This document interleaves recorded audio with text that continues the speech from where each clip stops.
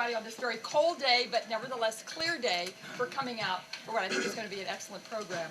I want to introduce myself, and we're going to introduce everybody around so that our panel knows who's here and everybody knows who's representing what in this meeting this morning. So when you announce yourself and your name, please give either your organization or your venue if you're from what any of the communities that comprise our tri-municipal area. Elaine Chapnick, President of the local summit. Shirley? I don't know where the other, you just say it loud. Shirley, say it loud so everybody hears. Shirley Hilton. Okay, thank you. Yes. John Gitlitz. Sabrina Fiddleman, local summit, LMC-TV, and food pantry. Doris Blum, local summit, food pantry. Oh, great. Fran Snedeker, Village of Larchmont. Melinda Lehman, food pantry, and local summit. John Badgins, local summit, and the homeowner. Bruce Shearer, the summit and the homeowner summit. Janet Buckbinder, the summit, and Radar.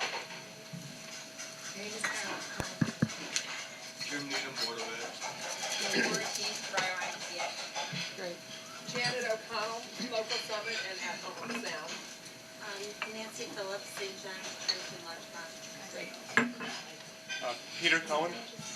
Okay. Liz Lucio, HRC. Great. Michael? Oh, Mike Rosenbaum, Mamaroneck. Penny Oberg at Home on the Sound. Armin McAllister at Home on the Sound, West of the Village Museum, and Larchmont Mamaroneck STEM Alliance. Great. Susan Riley, Mamaroneck Public Library. Carolyn Pomerantz, which hat am I wearing? Husband of Ed Ed Pomerantz. Great. Husband, wife. Whoa. What we call a mixed marriage. Jeff Megan, Tidbit Chairman, Summit, LMC-TV Board, and great job on the new website, ladies. Bob Hayden, Summit, and at home in the Sound. Mary Lee Barrage, Women's Club, Interfaith, and Summit. Janet DeMacy, Continuing Ed, Board of Assessment Review, the Summit Board, and the center, the new brochures out. Yes, in the mail, and gorgeous. take a class. Really beautiful. Very nice. Good morning, Debbie Minetta, Director of Communications, Mamaroneck Schools. Great. Hi, I'm Martha Mincer, and I am a guest of Christy Jericho. I'm here representing the Fresh Air Fund, which is a program we're trying to build in this area. And we'll be having an upcoming session on April 3rd at the Mamaroneck Public Library. I have brochures to pass around. Pass it out. Okay, thank you. We will. Christy Jericho, Village of Mamaroneck. Nina Wesley Cuddy, Vice President, Local Summit. Elizabeth Sanger, Village of Mamaroneck, Summit Board. And I'm now going to turn the program over to Kay Francis. Sorry. Kay, I'm sorry. Kay Francis, Richards, Summit Board, and Human Rights Committee. Jeremy Ingpen, formerly Executive Director of Washingtonville Housing Alliance, and here to welcome the new team, consultants and not-for-profits, and by the way, board member of the Neighborhood Preservation Coalition. Washingtonville Housing Alliance is a neighborhood preservation company, which is a source of its funding, and it's a statewide coalition, and I believe I'm the treasurer of that. Last time I Good. looked. Okay. Iris? Iris Freed, Hope Community Service. Keith? Good morning, Keith Yaisa. Mamaroneck Public Schools Summit Board and Tri-Municipality Human Rights Committee. Ann Lobu, Mamaroneck Board of Education. Nancy Pearson, Mamaroneck Board of Education. Greg Howells, YMCA. Great. David Keys, HRC. Ashley Helms, Hometown Media. Is that loud enough? I'm quiet. Ashley Helms, Hometown Media. Oh, we welcome you to be. Okay, sorry about that omission. Kay, would you like to introduce today's program now? Okay. Will you take the microphone? Oh, I can speak loudly enough. Thanks. Good morning. Each of us is very fortunate to live within this community. We are able to supply our needs and to enjoy many of the things that make life pleasant. It would be very easy for us to sit back and just enjoy what we have. But within our community, there are many who are in need.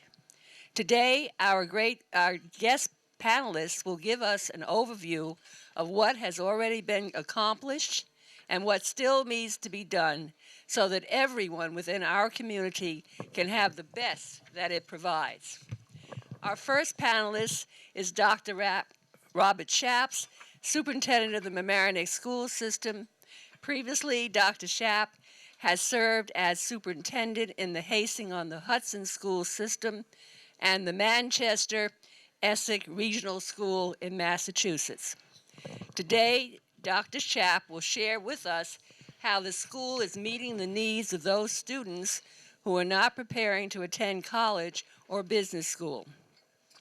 Our second panelist is Ms. Zoe Colon, who has been the executive director of the Hispanic Resource Center for 4 years. Ms. Colon worked in the youth department of the Carver Center in Portchester for 4 years. She has worked with nonprofit agencies for 14 years. Our third panelist is Ms. Angelo Torero. She has lived in the community for 33 years. She was a student in the Mamaroneck School System. Ms. Torero has worked with the Washington Housing Alliance for 13 years. As present, she is Program Associate and Case Manager. Our fourth panelist is Mr. Richard Nightingale of West Hab. He began his career there as a youth counselor. He worked his way up, and on February 21st, Mr. Nightingale will become the president and CEO of West Hab. As a new person within our community, Mr. Nightingale will share with us his observation on what has been accomplished and what we still need to do. I present you our panelists for today.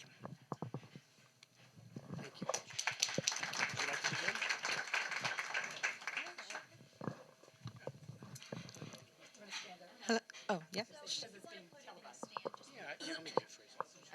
Which way should I go? Thank you. We may have to do this. Thank you.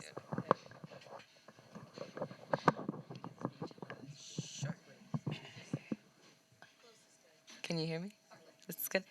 Well, I figured maybe I'd start because I can tell you a little bit more about the overarching efforts, and how each one of these folks here are contributing to that. So I'm Zoe Colon. I work with the Hispanic Resource Center. A lot of us know one another. A lot of you have been to the coalition meetings. So in the past 6 months, we've been working with community agencies, leaders, and residents, and we formed a Mamaroneck Cares Coalition.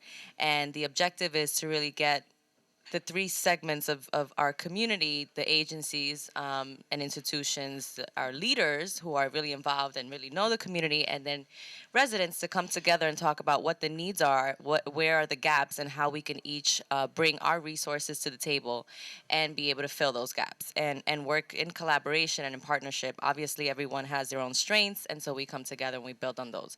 And so that's the purpose of the coalition. It's open to everyone in the community who's interested in working with the low-income community, assessing that need, and then helping to fill the need, or at least bridge the gap. And so we've been meeting. We've had about 5-6 meetings, and the idea is then to have spin-off committees that are really strong working committees that are going to work in certain areas. And so I'll just give you a sense of the committees that we've come up with so far. So health and wellness, so access to health and wellness programs. YMCA is a huge partner in that initiative. They already have their Healthier Mamaroneck committee, which is pretty strong. We're planning a community-wide health fair, hopefully within the next 6 months. Already reached out to the school district to see if we can perhaps have it at Mamaroneck Avenue School. And so again, bringing 4 or 5 huge hospitals and healthcare providers like Open Door, Montefiore, which is Sound Shore Hospital in New Rochelle became Montefiore, so which is actually a really good thing. So Open Door, Montefiore, Westchester Medical Group, and I'm forgetting the other. I think it's Greenwich Hospital. And so just bringing folks like that together and saying we need a health fair in Mamaroneck because a lot of our adults do not have access to health care, and so those screenings are that much more important. It's also looking at the fact that we don't have access to affordable health care, even with the new kind of plans and efforts at the federal level. There are still a lot of folks that are not eligible for those services, and so having access to, services that are on a sliding fee scale or just affordable in general is really important. And so that's health and wellness. We have children and youth. So thinking about out of school activities, how to work with the school system, with the school district to see what the needs are. I know one of the priorities of the school district is to close the achievement gap in the Latino population, and we've worked very closely with them. We have a leadership program at HRC that works very, very closely and in line with the goals of the school district as far as working with the Latino population. And so our leaders have actually presented to the faculty, the entire faculty at the high school, and really talked about the immigrant experience being second generation. What are some of the challenges with that? And then also the strengths of being an immigrant in this community. And so that's just an example of the children and youth committee objectives. Adult and family services, looking at housing, looking at social services, food security in the community, of course, the food pantry, a lot of our partners in this room today.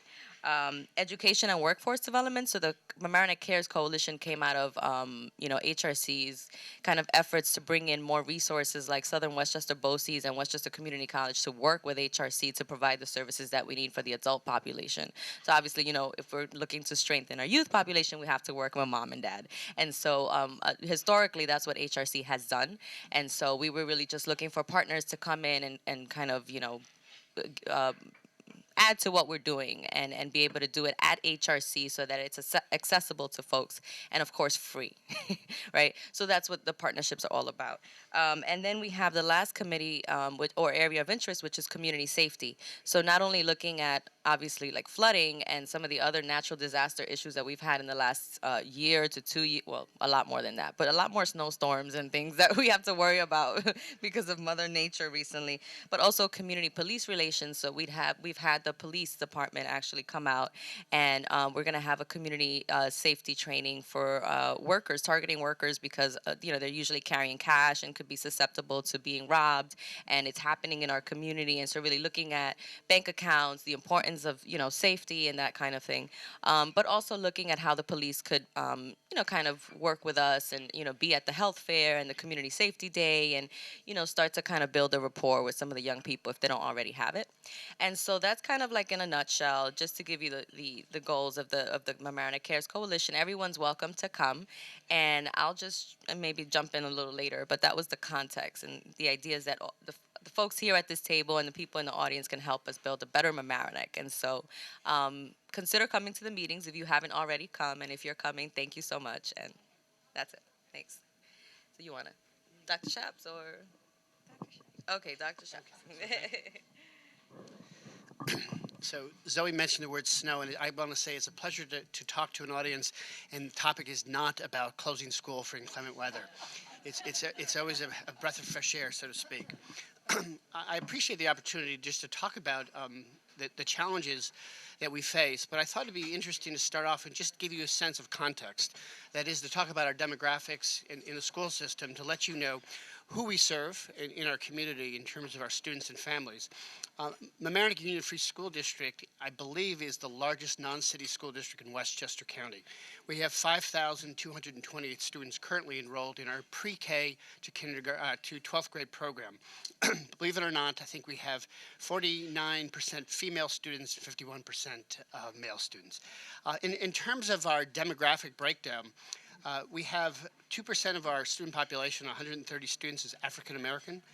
We have 19% Hispanic or Latino students, which is roughly about 997 students, and that has grown over the last 5 years. I believe at one point we were at about 13% of our total enrollment, and now we're at 19, a little bit over 19%. We have 72% white students, roughly 3,751 students, and 103 multiracial students, or 2%, and 5% Asian or Pacific Islander. Of the 5,228 students, we have 622 students who qualify as economically disadvantaged. So that is through the federal lunch program. So that's about 12% of our student population is identified as economically disadvantaged. I wanted to also just point out that we have 186 limited English proficient students district-wide. Those are students whose first language is not English, and that covers really all students in really pre-K through grade 12, of which 155, or roughly 83%, are Hispanic students. So a large, obviously, I would say a majority of students who are limited English proficient students are Hispanic students. One of the things that we're certainly pleased with over the trend of the last several years is the high school graduation rate for our Hispanic or Latino students. When I first arrived, we had a graduation rate for Hispanic students about 63%. Currently, in this last class, we are up to 82%. Just to give you a perspective, the state average for graduation rate for Hispanic Latino students is 60%. So we're almost 22 percentage points above the state average. And for white students, the graduation rate in the state is at 80%. So our Latino students are graduated at a higher rate than white students in the state. I thought it's important to point out. Another, if you kind of peel the onion a little bit, and I wanted to talk about that, when we talk about college readiness and college aspirations, in the class of 2012, we had 70 Hispanic students. Of the 70 students, 53 are attending college at the time of graduation. And 16 were pursuing work, technical trades, or continuing studying in terms of continuing with their high school education. Of the 70 students of that class, 53 students, that attended college, 33 attended four-year university or colleges. And that's private, public, or state, or city. And I want to just share with you a list of some of the schools. The remaining students, actually 20, attended community college, pursued community college. And that could be Westchester Community College, it could be Farmingdale, or part of the SUNY system as well. So, and that is certainly consistent with the prior year in 2011, where we had basically the same percentages of students attending four-year and two-year colleges. So the trend is up, and we're very pleased about that. We have students who are, what I would say is, are Hispanic Latino students attending Tufts, Emory, Pace, Syracuse, Boston University, Fordham, Iona. So we really are, in terms of our minds, starting to see what I would say is momentum around generating interest in schools and really promoting this idea of college for everyone. And so I know today I'm supposed to kind of focus on those students who aren't attending college, but I just want to get back to this idea that, you know, we want families and students to aspire to and think about college and really the impact of continuing education as lifelong learners on their professional life and career. I want to touch on, because one of the questions talked about the achievement gap in terms of, are there times within the pre-K to 12 continuum where we see challenges? And I would say that the first challenge that arises for us is really in pre-K and kindergarten. We see that there is a group of students, and this is on the rise, that come into the school system with limited experience around coming from a language-rich home. And I say language-rich, that may be Spanish language or English. It doesn't really necessitate that it's all related to Spanish or second language learners. So that's one point of concern in terms of just the language-rich environment. The second is experiential. That is, stimulating experiences that we know are important to all what I would say is the growth of the minds and the social emotional well-being of students. It may be experiences like going to a post office, going to, you know, a supermarket. Just what I would say is everyday experiences where you see families talk and use language that promotes learning. And so one of our challenges is in terms of to go beyond just what I would say is the traditional curriculum and think about the experience of our learners and how that plays into the learning process. The second big kind of, I would say, challenge for us is that as the curriculum and the academic language is ratcheted up, so to speak, in third and fourth grade, we see a similar challenge for our students, our minority students, in terms of really being able to maintain what I would say is the pace and really absorb a lot of the work in terms of their writing and use of language. And so we see around 4th and 5th grade a separation that tends to continue into the high school. And so what have we been doing about it? Because I think that's certainly important to me. One of the new exciting initiatives this year is we launched a dual language kindergarten program, Spanish English program. And that really came out of a grant that we pursued through the State Department of Education for bilingual education.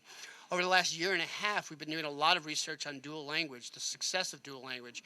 And it's really apparent from longitudinal studies that dual language is a critical component in terms of really providing opportunities for students to succeed.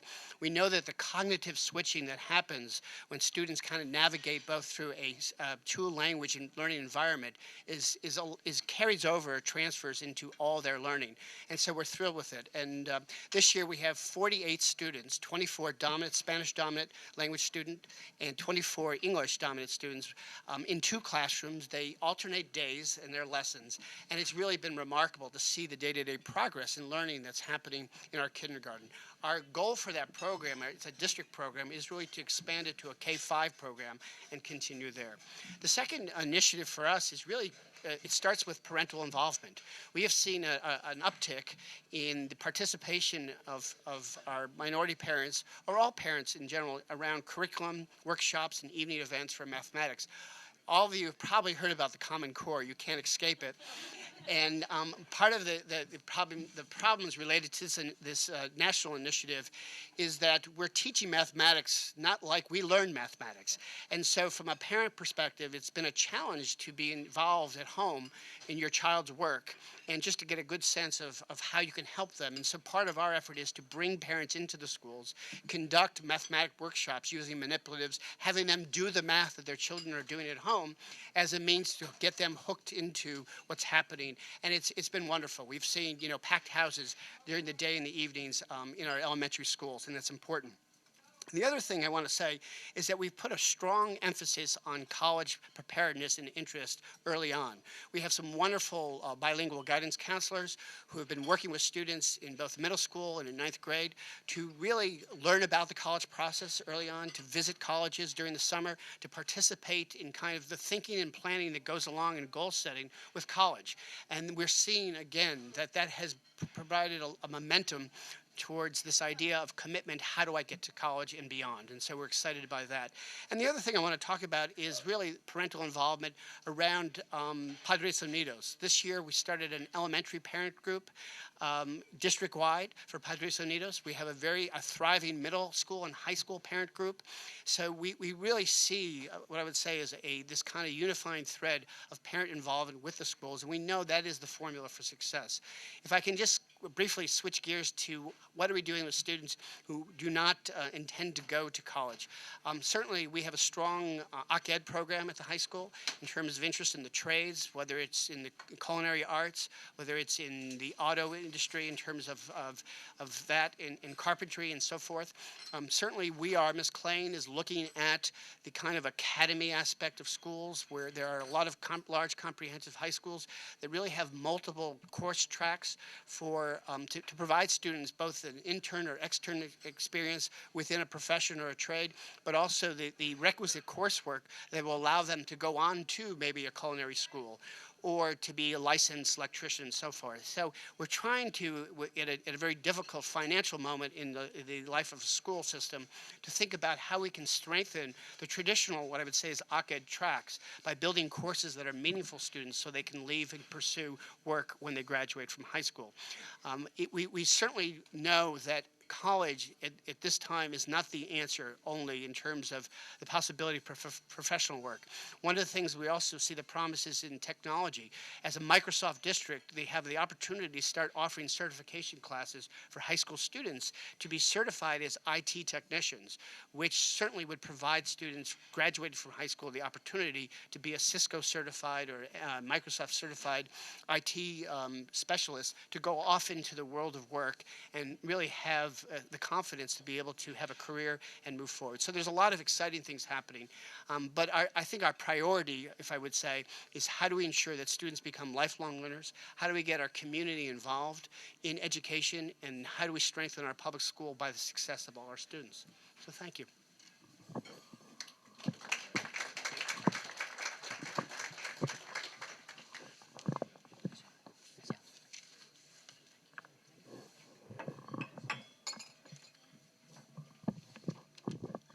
Thank you for the invite. My name is Angela. I'm from Washingtonville Housing Alliance. I've been with the agency for about 13 years.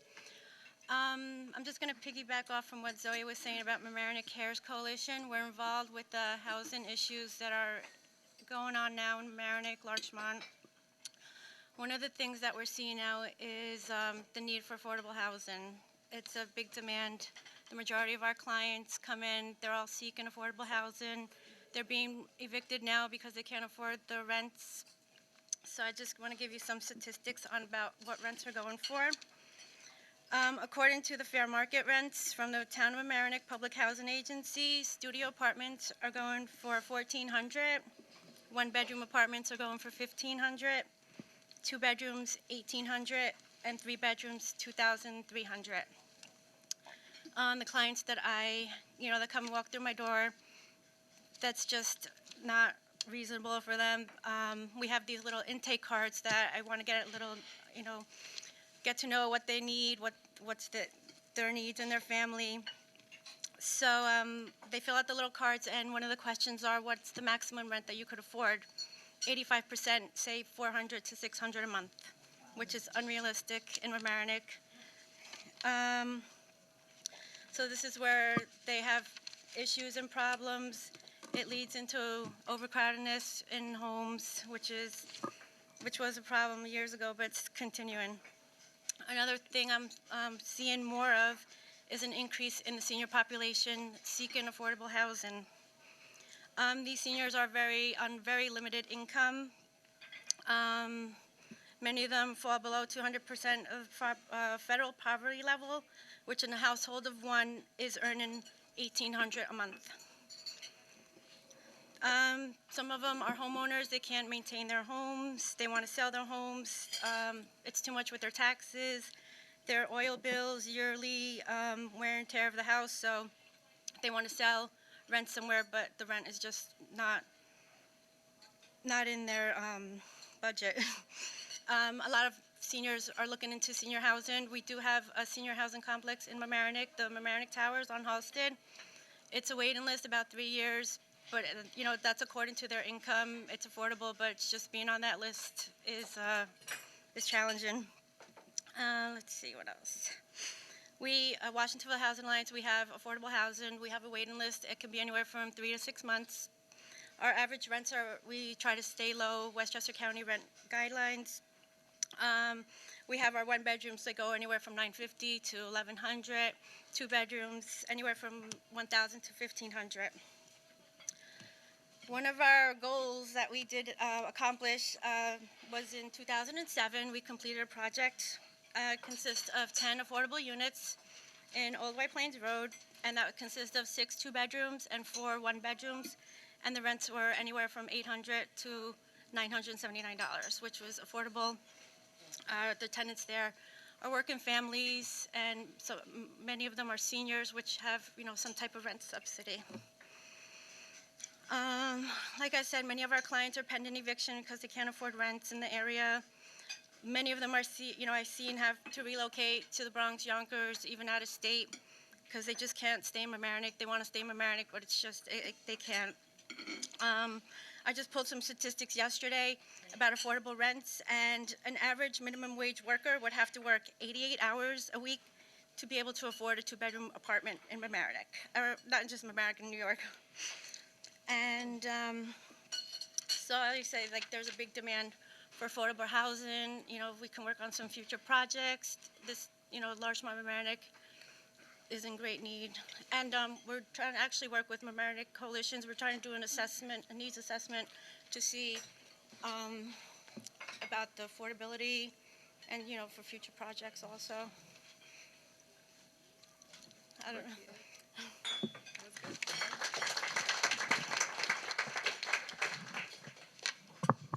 know. Good morning. It's great to be here. I appreciate the opportunity to see some faces I know, and then also hopefully make some new friends here. I'm definitely the new kid on the block by far on this panel, so in Mamaroneck.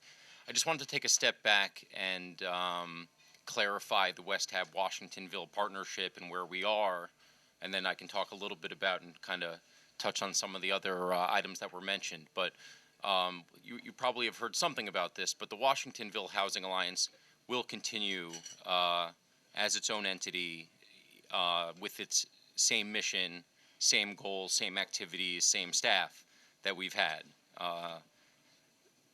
Washingtonville and West Hab have formed a partnership to strengthen Washingtonville, and this was both agencies looking at one another, seeing the consistent mission, the consistent commitment to affordable housing, to services for the low and moderate income folks in Westchester County. And West Hab brings some economy of scale and some capacity to the table to really advance what Washingtonville has been doing all these years. So we've been fighting this same fight for many years. We go way back with Jeremy and know well the strong reputation of Washingtonville in terms of delivering housing and service opportunities in Mamaroneck, particularly in the Washingtonville service area. And I'm really excited about kind of leveraging what West Hab brings to the table to advance what we're doing. So that's a little bit on how that partnership has come to be. That partnership has completed, so we are now underway on assessing the services that we deliver, looking at the portfolio of housing that we provide, and working to increase both our tenant experience, folks that live in Washingtonville Housing Alliance housing, and also folks that walk in our door at Library Lane and access our services. So just to mention quickly a little bit about West Hab. West Hab has built about 2,500 affordable housing units in Westchester over the last 30 years. Our current portfolio is 1,000 affordable housing units, primarily in White Plains, New Rochelle, Yonkers, and Mount Vernon. We've done a little work outside of those areas as well. Just this past year, we opened a 40-unit senior development in New Rochelle in partnership with the Shiloh Baptist Church there, which has been a huge success. And a 28-unit workforce family building in Greenburgh, right near the county center, were our two most recent developments. Folks also know West Hab quite a bit as a homeless service provider, and we do operate a big portion of the county's homeless system and help folks transition from homelessness to permanent housing to the tune of about 300 housing placements a year out of our homeless shelters. A couple aspects of West Hab that are not as well known, but will definitely contribute to what we're doing at Washingtonville. We operate a very strong and very large employment services program that is available in Yonkers and Mount Vernon and will be in Mamaroneck for walk-in community clients. You don't have to be a tenant of ours to come in and get help with job training, with resume writing, with job seeking. And we average 500 job placements a year, servicing a population that has many obstacles to employment. So these are not easy job placements. Folks that have been out of the workforce for a period of years, folks that maybe do not have college education or even a high school education at times. And we do a great job reaching out to employers to give our folks a chance and to give folks employment opportunities. The other side is youth services, really working with the next generation to break the cycle of poverty and give young people the skills and tools they need to excel in school and excel ultimately in the workforce. West Hab operates 7 after-school programs, only one of which is in our homeless shelters. We operate 6 community-based after-school programs in Yonkers, Mount Vernon, and the Bronx, including a New York State Department of Education 21st Century Community Learning Center that we're opening in Yonkers now. So as we work with the coalition and assess youth needs, it may be another area that Zoe and I have talked about, potential collaboration to bring new services to the table. So we are very excited about strengthening the community services that Washingtonville offers, enhancing the experience when folks walk through our doors in Library Lane, and making sure that the whole menu of what we have the capacity to deliver is available. Certainly you will see a very friendly face when you walk in. But we need to make sure that we have the tools there. We're going to be bringing in visiting staff from a lot of our different programs so that different days of the week offer different elements, resume writing workshops, adult education workshops, et cetera, and partnering with a lot of the folks from the coalition. And then eventually, and this is where Angela was in her remarks, working to advance affordable housing. Frankly, there is not enough affordable housing in this county or in this community to keep up with the demand. And the statistics that Angela mentioned of course, are extremely consistent across the county. Folks that do not have excellent, work background and educational attainment simply cannot afford the rents, not just in Mamaroneck, but in all of Westchester.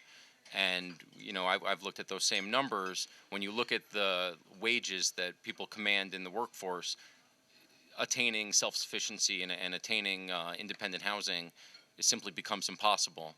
In our recent senior building in New Rochelle that I referenced, there's a really unique program where all rents are capped at 30% of tenants' incomes, and then we're made whole through a subsidy program. So we have tenants there that maybe have $1,000 a month of income through retirement or SSI or some mechanism. Well, they would pay $300 a month, but we have residents there that have no income and pay nothing a month. And the building is able to be operated because of an operating subsidy that makes that building operate. So as we look towards new developments, and I know, the TOD study, the transit-oriented study, Mamaroneck, provides somewhat of a guideline for looking ahead to potential developments and areas where affordable housing would make the most sense, and near transportation and near kind of the downtown area, or near certain community resources. We need to think about not just building housing, but building housing that's affordable for folks really at the bottom, folks that really need it. Not 80% of area median income, but farther down, workforce housing for people that work in our communities but can't afford to live there. So I'm very excited about getting underway on our work together between West Ave and Washingtonville, and hopefully strengthening what we've done all these years and what Washingtonville has accomplished all these years, and then also bringing some new elements to the table. Thanks.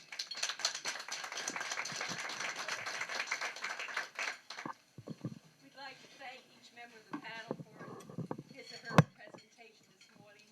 And at this time, we're open for questions. Yes. Hey, what is the definition, the working definition of affordable housing?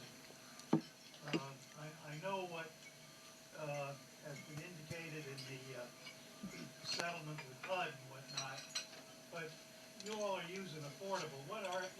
How do you define it? Sure. I could probably start with this one, and then if anyone else wants to jump in.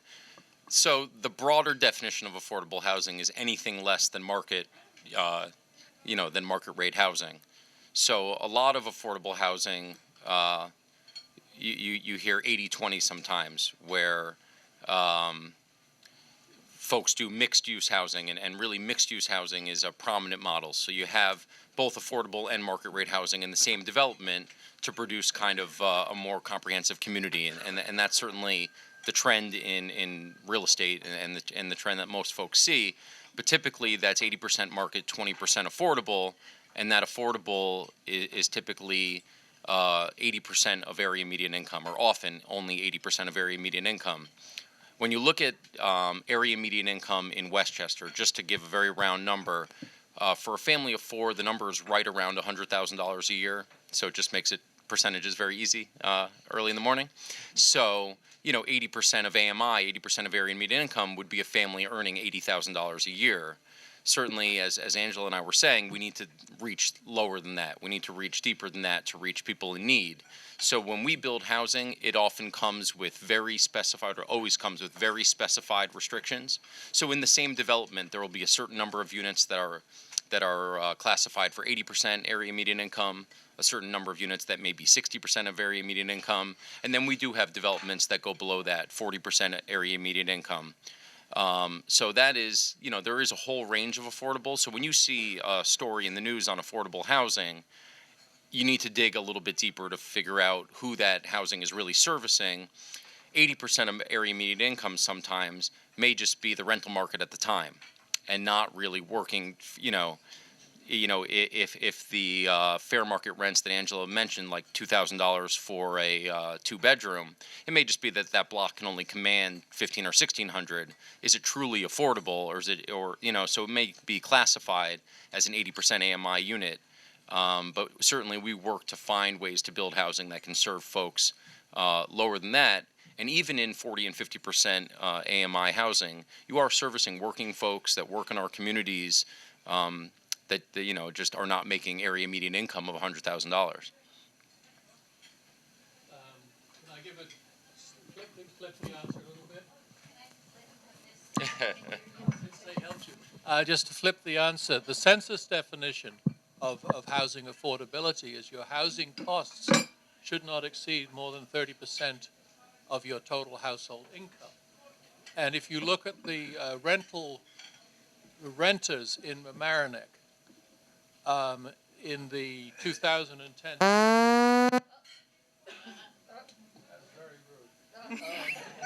renters in the 2010 census, over 50% are paying, I think, over 40% of their household income in housing costs.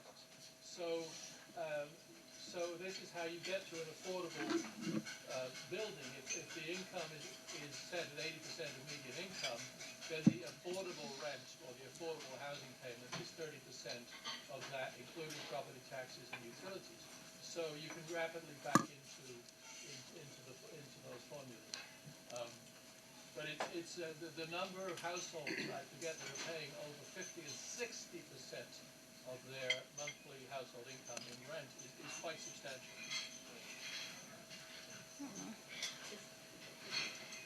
Not at all. Not at all. Just wanted to follow. I just wanted to follow up on you mentioned youth services. Is that a program? What are the youth services that you'll provide locally, and is it in concert with the school district or not? I might keep this here. Sorry, guys. So certainly youth services is an area we'd like to explore what we can provide here. I know that Zoe and the coalition have looked at this some and communicated with the district about needs that could potentially be filled. We need to look at different ways to accomplish that. So we don't have a plan necessarily at this point of the exact youth programs we could provide. I think from going to the coalition meetings and hearing from folks, we all agree there's a big unmet need in out-of-school time.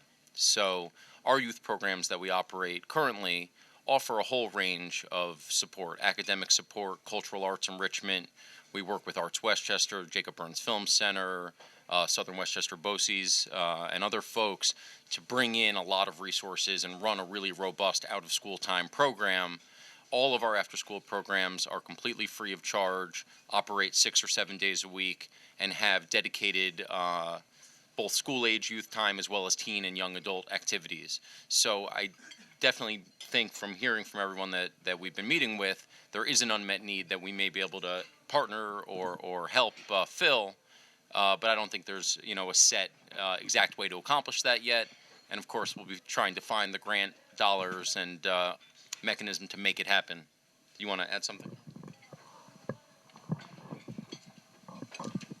Yeah, we've been talking to the school district about community schools model. It's implemented in Portchester, worked really, really well, where you're treating the whole child, you're working with the whole child, the whole family. So you have an after-school program, you have mental health and health services that are school-based, and so again, you have all, a one-stop shop in the school, and so it's worked really, really well for the new immigrant population and the diverse population in Portchester, and it's something that we're looking at.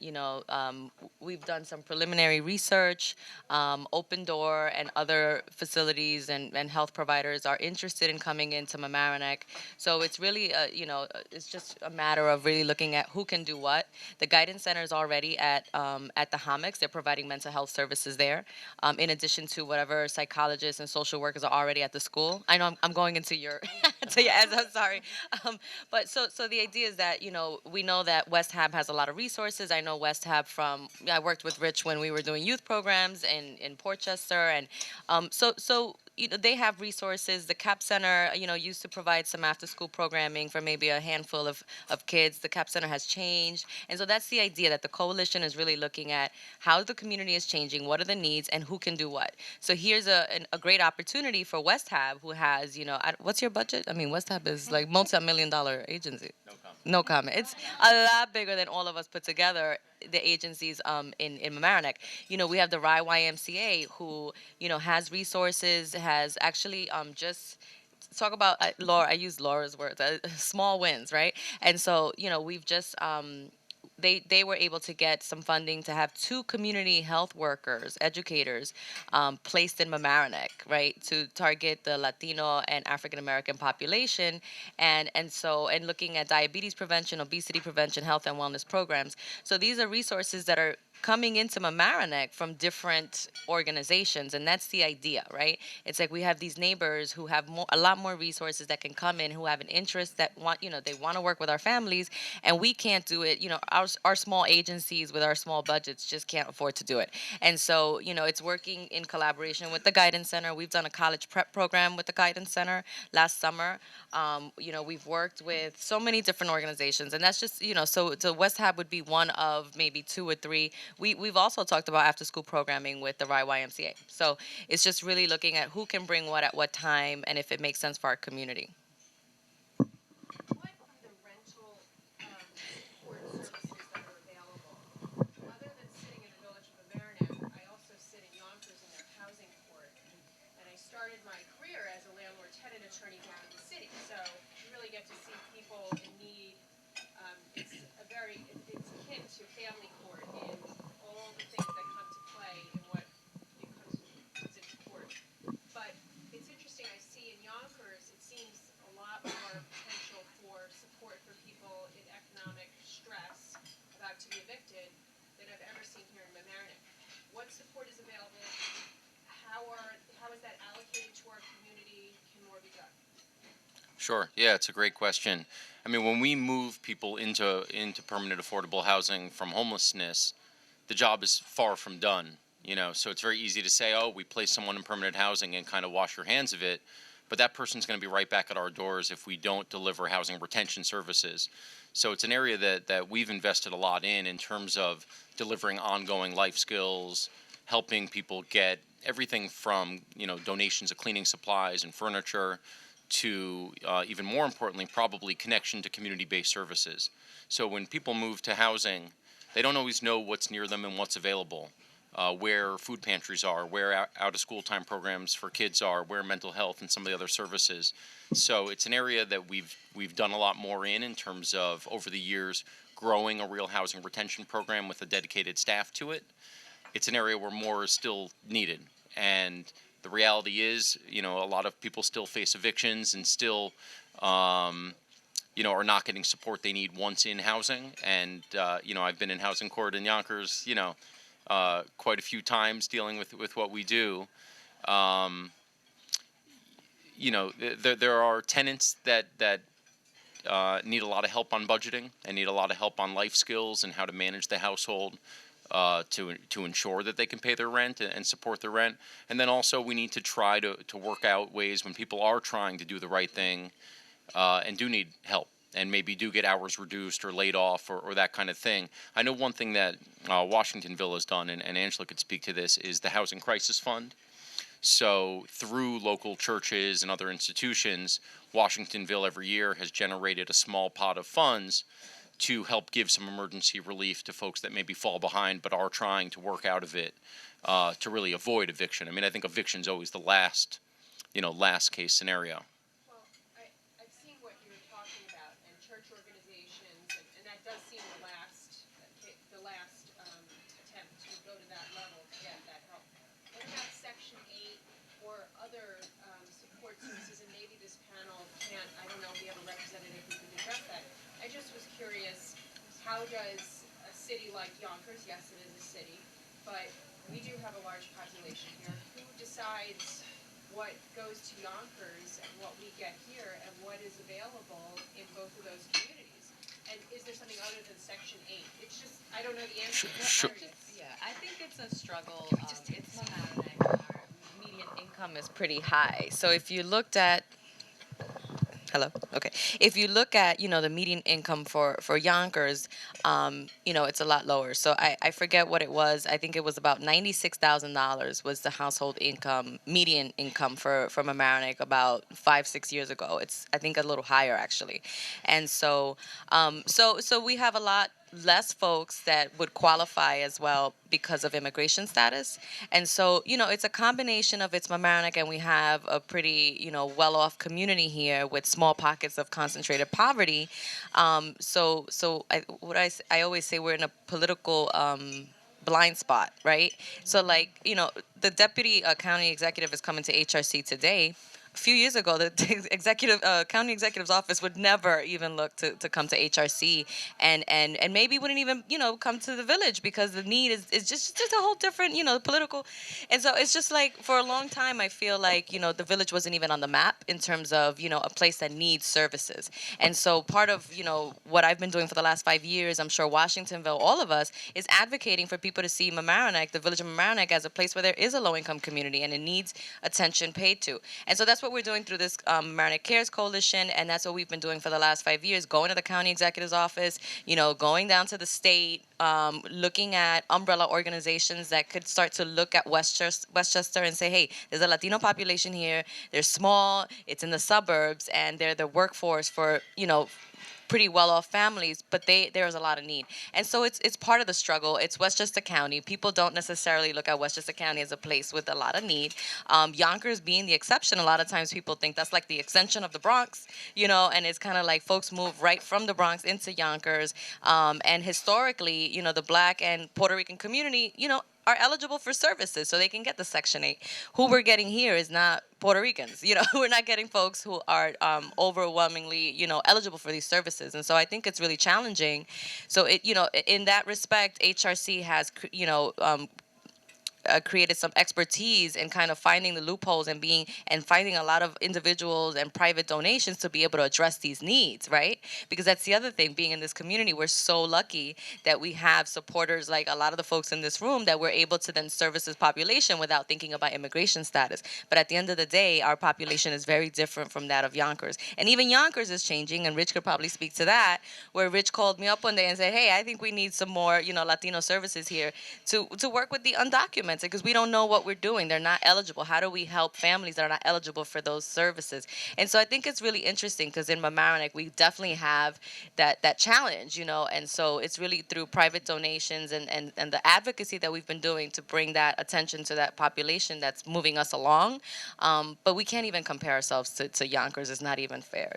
I would just like to ask Dr. Schaff how the concern about the monetary situation, which you mentioned, you're under constraints.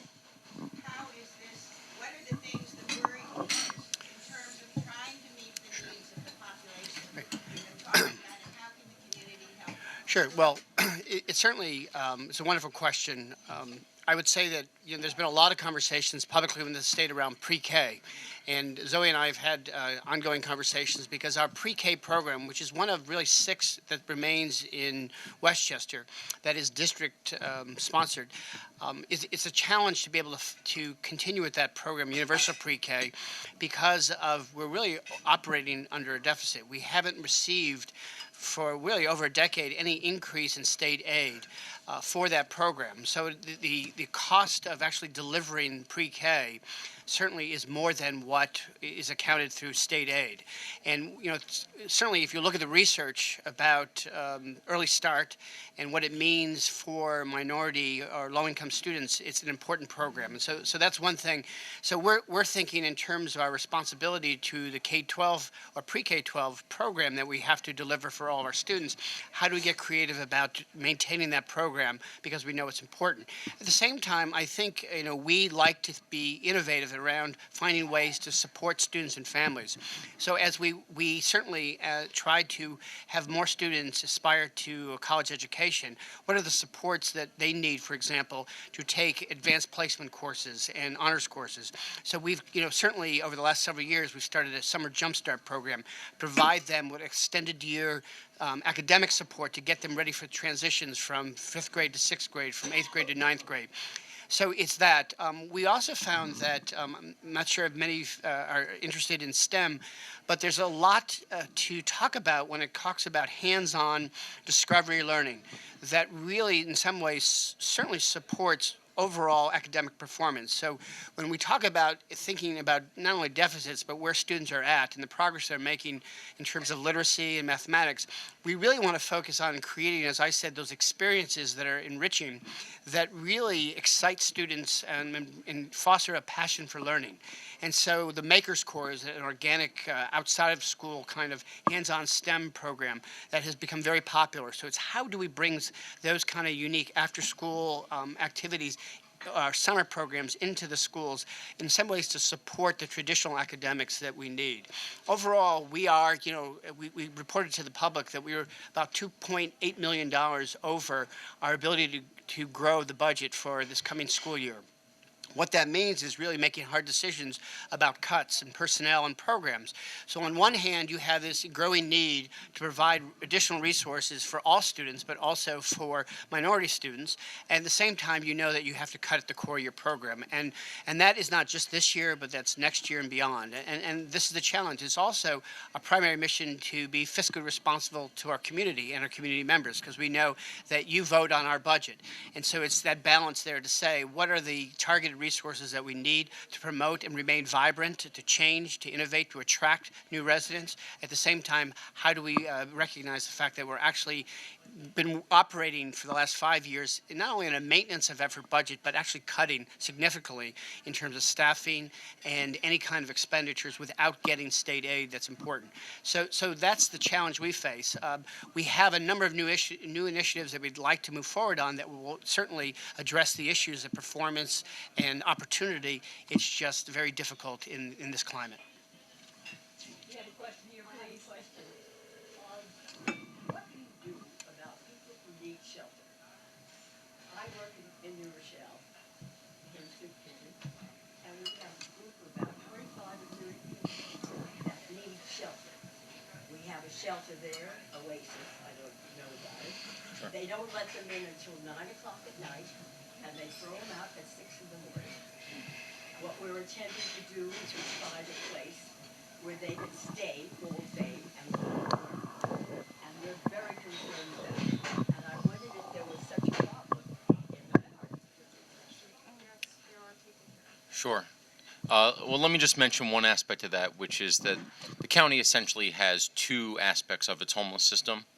There's a formal homeless system where you go through the Department of Social Services and are placed in shelter.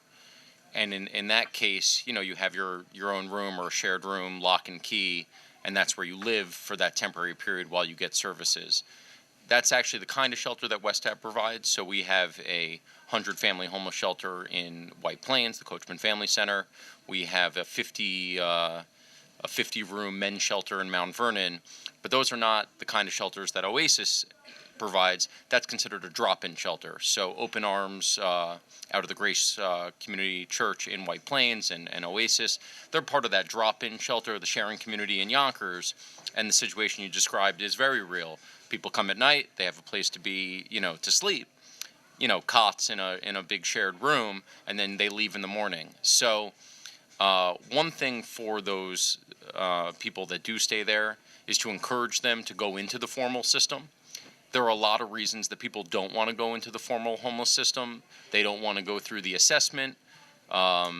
Sometimes there are sobriety issues, and we know that a lot of people on the street, in addition to substance abuse, also have mental illness and have skepticism about receiving services. So I always encourage folks to advise people that are eligible and should be partaking in services to go through formal services and not get a lower level of care by not doing that. Addressing those unmet needs is still a reality. I mean, would there be a way to operate a 24/7 facility that was a drop-in basis? Sure. I mean, there are certainly models for that exist. Really, Westchester runs those two systems, kind of the formal and the drop-in, and the population you're talking about has a place to be at night and then right. So we can talk more. I mean, I think that, there's certainly an unmet need there. But for those that really need formal shelter, advising them to go to to their district office, for DSS and get that placement is really still the best route. It's hard, when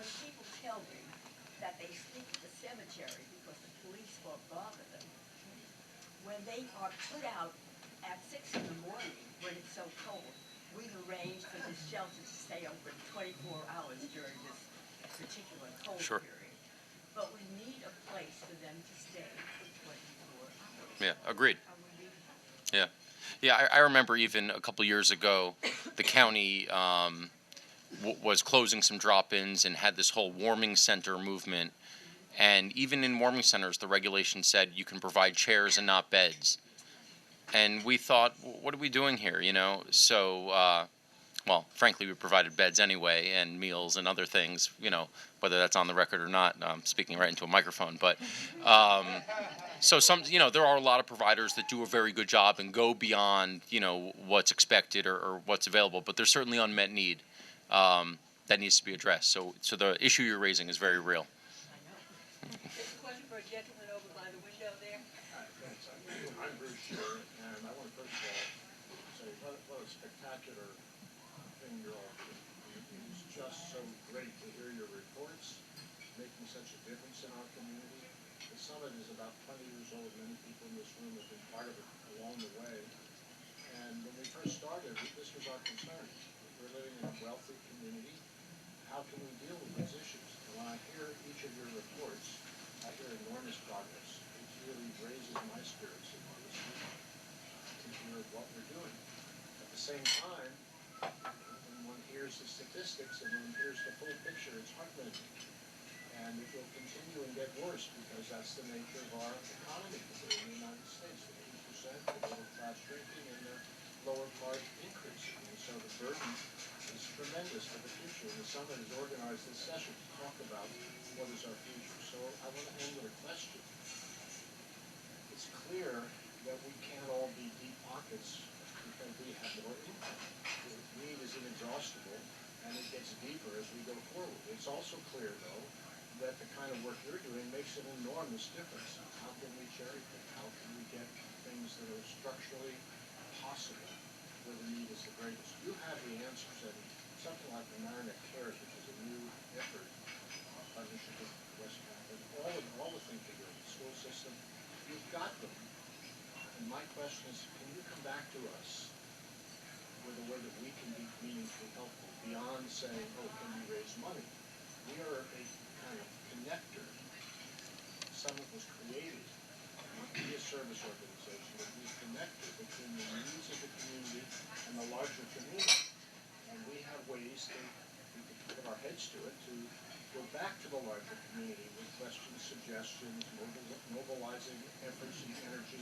But it can't be the same old, gee, we need more money, write the check. Do we need new community chest? Do we need new programs? Do we need new... So my question and invitation to you is come back to us. You can do it now, great. Probably after thought in some of the meetings, the summit can really be an engine to the next step. But thank you again. If I could just add. I think just to follow up on your statement, one of the things that I know that Zoe's trying to do, and in one of our first efforts in terms of this new coalition, is to identify where the resources are, that is the agencies, the community organizations, and understand what each group or individual entity does well and where the overlaps are. And so to your point, how do we kind of be more efficient in our thinking or work smart?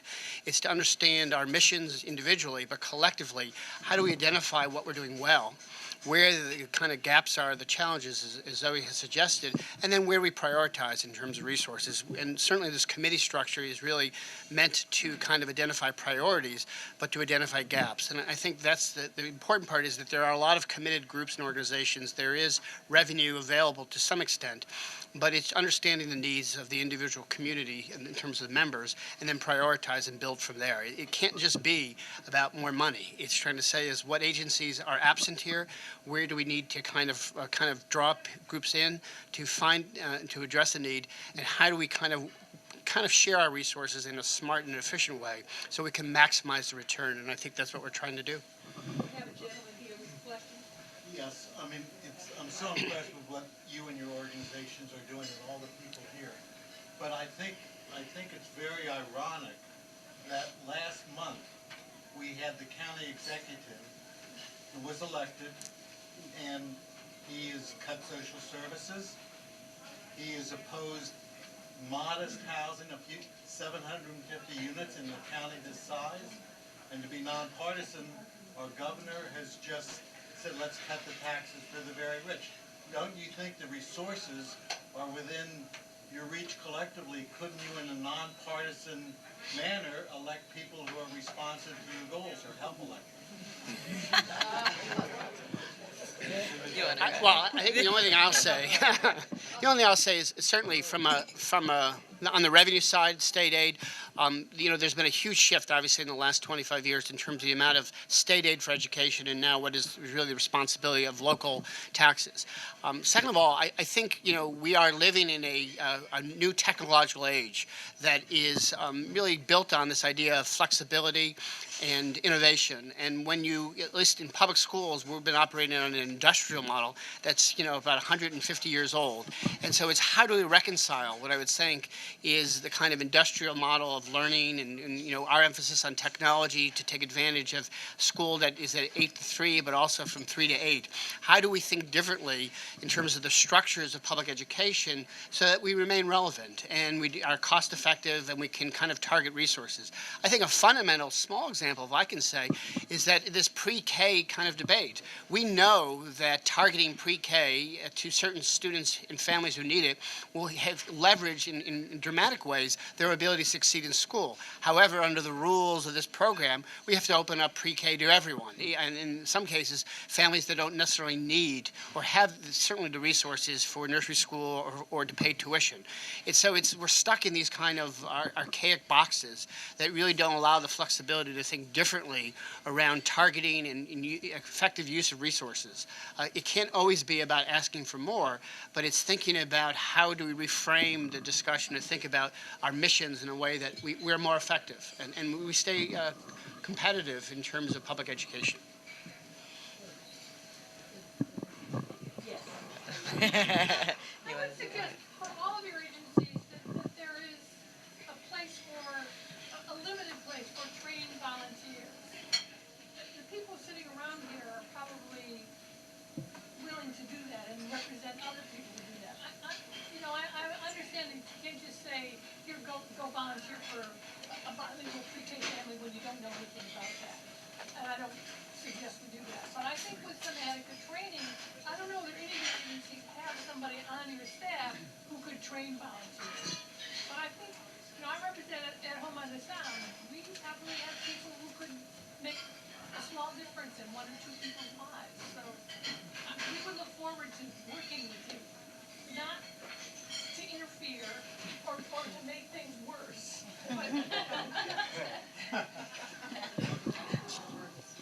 Yeah, I think along the same lines, like not just with volunteers, but looking at other nonprofits. Like, for example, we reached out to the Child Care Council of Westchester to see what other districts have done around pre-K, and outsourcing and nonprofits that have been involved in that, and so again, it's really about sharing resources. And as far as training, absolutely, like that's part of the reason why we're so careful with the volunteers, because we want people to have a valuable experience. And so bringing people in, and kind of churning them out it's not effective for anyone. And so so we always welcome volunteers, and we're always open to that. And that's certainly, we wouldn't be able to run our ESL program. It's completely run by ESL volunteers. So we certainly know the value, and we have some ESL folks here, so that we couldn't have done what we've done till, without them. So for sure we value volunteers, but I also believe strongly that you need to be able to train and invest in your volunteers to make it a great experience on both ends. And then back to the nonprofit, thing, really looking at who can help you meet your mission, and so, the Guidance Center has all these programs, West Hab, like how can we then bring in folks that can help us meet those goals? And that's what this is all about. And volunteers are certainly a big part of that. I don't know if you want to say anything about volunteers. No, agreed. Thank everybody for your